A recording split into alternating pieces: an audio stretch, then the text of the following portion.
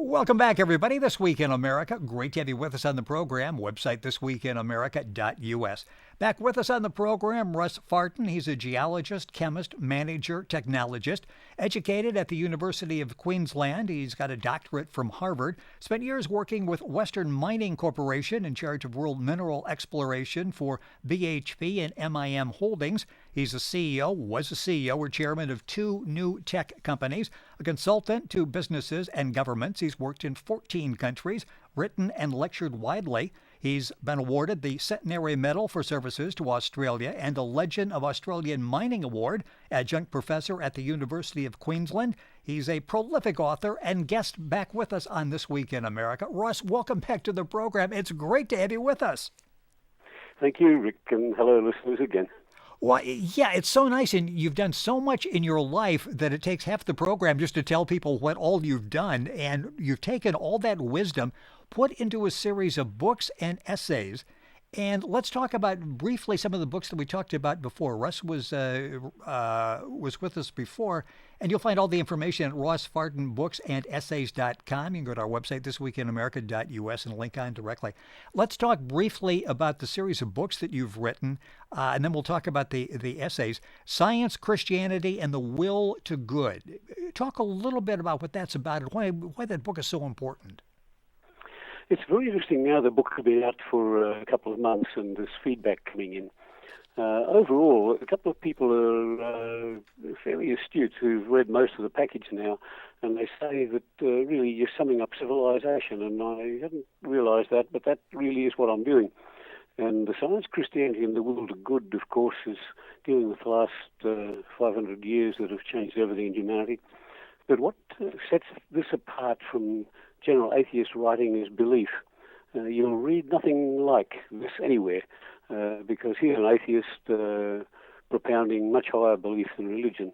And I find a lack in Dawkins, Hitchens, Grayling, and Sam Harris. Sam Harris is wonderful, but the others lack enough commitment to what has to be good and wonderful. And one of the problems is that, of course, there's a lot of controversy over my harsh criticism of Christianity.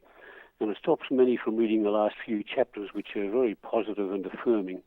And I have to just emphasize that there's a absolutely positive affirmation of belief running through the whole book, and that it culminates, as it should, in the last couple of chapters. But controversy always overshadows affirmation. And read the book all the way through. The book we're talking about is Science, Christianity, and the Will to Good. We've talked about these books briefly before when Ross was on with us, and you'll find that at thisweekinamerica.us, the YouTube video version, and iTunes as well. You can get there from going to our website, thisweekinamerica.us. The second book was The Blue Book of Leadership and Management. This is really a crucial book. Talk a little bit about what's in the book and why this was really important for you to write. Rick, I found out that after a lifetime of working in far too many organisations and reforming all over the place, and then consulting in Australia, USA, Mexico, Fiji, and so on, that I'd really at last come to grips with most of the issues of management and had written the bones of a book. So I put it all together as a simple summation.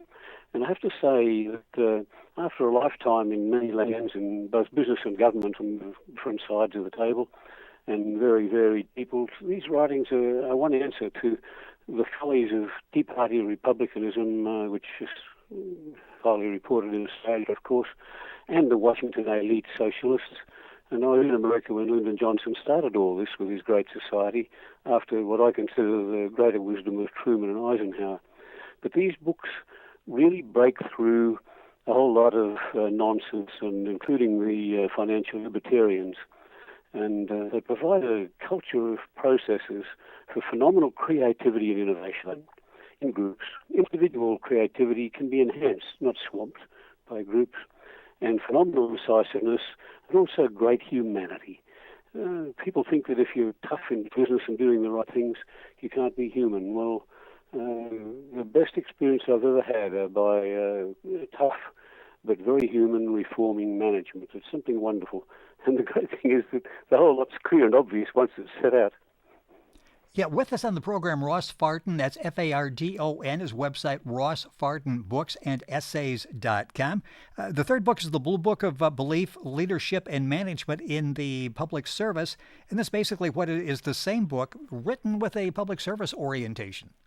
Yes, and therefore people should buy one or the other. The first book that we just discussed is general, but the second one is written specifically for the public service. And problems with the public service are no different in Australia and America, except that your size is 15 times greater than ours. But the problems are the same. And the fourth book is This Could Be Your Future. This really is an important book as well. Talk about the significance of this. It's the only thing that's good about this book is that I'm a straightforward person who's worked in ordinary management like millions of other good people. And these people are not generally writing published memoirs. Many of them write a little memoir for their families and so on. But in libraries, we lack memoirs from the practical, entrepreneurial, managerial, technological people who make our society work. But apart from that, my life's been quite crazy at this age, after many financial cycles up and down around the world. It's been far too crazy, but that makes it a good read every page. I set out to make every page interesting, and the response from a very wide range of readers, from surgeons to teachers to motor mechanics to soldiers, has been, yes, it is a good read, which is surprising when you write about yourself all the time. You don't know how it'll go. Well, quite a life, and it's interesting because you actually started writing when you were in your 40s, so a few years ago, and you really didn't feel the time was right. Now you do. I mean, all of the years of wisdom, all of the years of observation you put to use in writing the series of 4 books, and they're available at rossfardonbooksandessays.com. Then, of course, we've got the essays, which I want to talk about. And you say out of all the essays that you've written, probably the first one that you should read is Ethics. And this really is different than any book I've ever read, any essay I've ever read on ethics before. What sets this apart? It's just that this is a field which has been controlled by academics from Aristotle's time, or Plato, Aristotle. And it still goes on, and I advise people not to try to read the world great writing on ethics. It's terrible. And also, it's overblown. There's far too much philosophizing, trying to define what is good and so on. Well, good is a very varied range of things for different people. But out of all of this, practical people can condense a natural-based ethic on the basic rules of social animals like us, working to help each other on Earth. And instead of going to all the academic philosophical argument, I assert a whole lot of things as natural drivers that drive all of us from my long and rich life on Earth. And so it's a natural, not religious ethic, and if the world is not crying out for that, I don't know what it is crying out for. And it starts off from 16, what I call the beatitudes, obviously in reference to the Beatitudes. It's better to eat than starve. It's better to have secure shelter and material needs than want and fear. It's better to have peace than war. It's better to have hope, opportunity, and freedom than oppression. It's better to have a healthy earth than a damaged one. And so it goes on, 16 of them. And it starts off sounding very mundane. It ends up being sublime, and we are talking about everything that drives people to look after each other and provide richness and golden times as against disease, poverty, ignorance, and oppression. But it's so practical that I'm also the only essay on ethics ever written that praises the entrepreneur, speaks highly of cussedness, not just perseverance, but the cussedness of people doing it tough, and of management. And practical folks in the world, this ethic is for you. And academic ethic writing, which is 8 to 10 times as long as my essay, is not for you. It's a fascinating read. It's the essay, and they're all very easy to read. It's called Ethics, and again, all the information available at Ross's website, which is rossfardonbooksandessays.com. You can get there by going to our website, thisweekinamerica.us. One of the other essays that's really interesting is belief. We're all interested in belief of some kind. We're looking for different meaning. Tell us what's in this essay. This essay, ethics is the most important of all my writing, books and essays, but this belief touches on the core problem which emerged as I was writing and synthesizing all the rest, trying to sum up civilization. And really, Christianity, like other religions, still claims that it owns belief, and people who are not believers in religion are labelled unbelievers or infidels in the Muslim world. And it's crazy. They're throwing out babies with the bathwater. And the two propositions, A, that religion owns belief, and B, that irreligious people therefore give up too much belief, they're both crazy. And it's essential for human beings to maintain both the practical commitment to good management and higher belief. Most of us, perhaps not most, but a lot of us believe in our families and in our work, even though work is a terrible burden for many people who do not believe in what they're doing. But there's higher belief there, and if I could just read a lot of words that unbelievers seem to be ill at ease with. They don't want to hear about soul, our souls, the fear and hope, suffering, woe, despair, grieving, compassion, comfort, yearning, belief, wonder, awe and reverence, the sacred, veneration, and my favourite words, grace and blessings, fellowship and beauty. And even then you get to what religions own, elation and epiphany, and the ineffable and the transcendent. If we don't, all of us, spend some time thinking about these things, well, we're just not talking about human beings. And it's essential that the practical people in this world take much more ownership again with our young people and old people, and so many people are lost in their own minds now. And the problem of lack of belief shows in our dysfunction and drugs and pornography and aimless crime and depression and suicide. And yet the yearning for all that I just listed, which is the best in humanity. And the lack of belief spreads wider than personal failure. It's a major element in mediocrity and indifference. And they allow all this waste and failure throughout our world. So this essay comes to the heart of the fact that we must have this duality in our lives. Yes, we've got to be practical, good managers, but we have to keep alive to these and affirm these higher beliefs, especially with our young people. These are very easy to read essays. This is not written from an academic perspective where you're lost after like a couple of paragraphs. As Russ has said, that literally on every page there's something that you will find interesting. All of the information on the books and the essays at rossfardonbooksandessays.com. Another one that jumps out at you that's really impressive is old age and death. And you start that off by saying, my socks will see me out. So you get to that point where you're really putting things in perspective. Talk about the importance of getting to that stage in your life where you're in a peaceful state. Yeah. And Christians challenge me, of course, my yes. atheist beliefs won't last into old age and death, but they do. And this is a description of, while we've got our minds, if we're in extreme pain and have lost our minds, let's not try glad saying old age and death are quite horrible in many circumstances, and we bear them as best we can, both those aging and those caring for them, and thank God for the carers in this world, many of whom are deeply religious, of course, and many aren't. But old age and death, the golden world and the golden life that I'm talking about survives very well, and especially we transfer our love and hope to those we leave. And we atheists and cynics are very, I love the cynics, many cynics face death very well. Life's a bugger and then you die. And of all the people I've known dying, the easiest to deal with are the cynics. Never expected much, and now, okay, we're going to die. That's life. But it's better than that.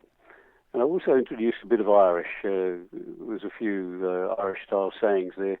We're diminished but not diminished. If we still have our minds, we can handle the lack of these things. So we know that we're growing old, but we've grown in wisdom too.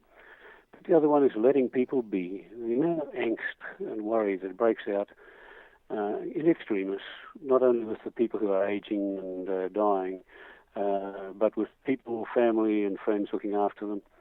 We have to make it a time of serenity and peace and grace. And these are my thoughts on old age and death. And of course you need to read manuals about setting up powers of attorney and telling your family how you want to handle old people's homes and hospitalisation and so on. But I'm really talking about the spiritual aspects and the human aspects of growing old and dying. And for we golden atheists, it's a rich time so long as the pain and the mental deterioration aren't too bad. You've got an essay, the SUFI, and see if I'm pronouncing that correctly, SUFI, taxi driver.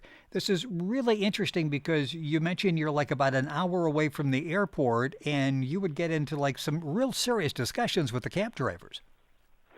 It's wonderful because we have mainly Indian and Pakistani taxi drivers here, and what a remarkable group of people. But I had this beautiful-natured man who's a Sufi teacher, and the wonderful mystic tradition of Islam, which is represented mainly by the Persians, and their most beautiful poetry and so on in the golden years of Islam from, say, 700 through to 1400. And in Christianity by Hildegard von Bingen and Thomas Traherne and so on. And this man was emphasizing that life with the angels and God, the outer vestiges of God, was something wonderful, but it had to be for ordinary people. And he had an ordinary occupation, which was driving taxis, while teaching the transcendent, wonderful mysticism of being with angels. And I said, well, I shared all the transcendent and the sublime with him without angels. But foolishly, on my part, just before he got home, I said, what about other doctrine? And what do you people who deal with angels and have such a beautiful mystic life think about the doctrine of all unbelievers going to hell for eternity? And this gentle and beautiful man said, well, I think it's very important for unbelievers and the wicked to suffer for these lack of belief and ethics and so on.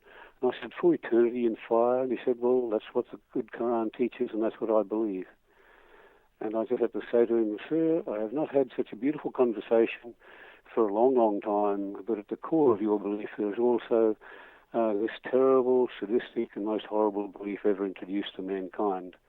And I got out of the taxi beside our camellia tree and gave him a camellia, a beautiful one, to take home to his wife, and he left in tears.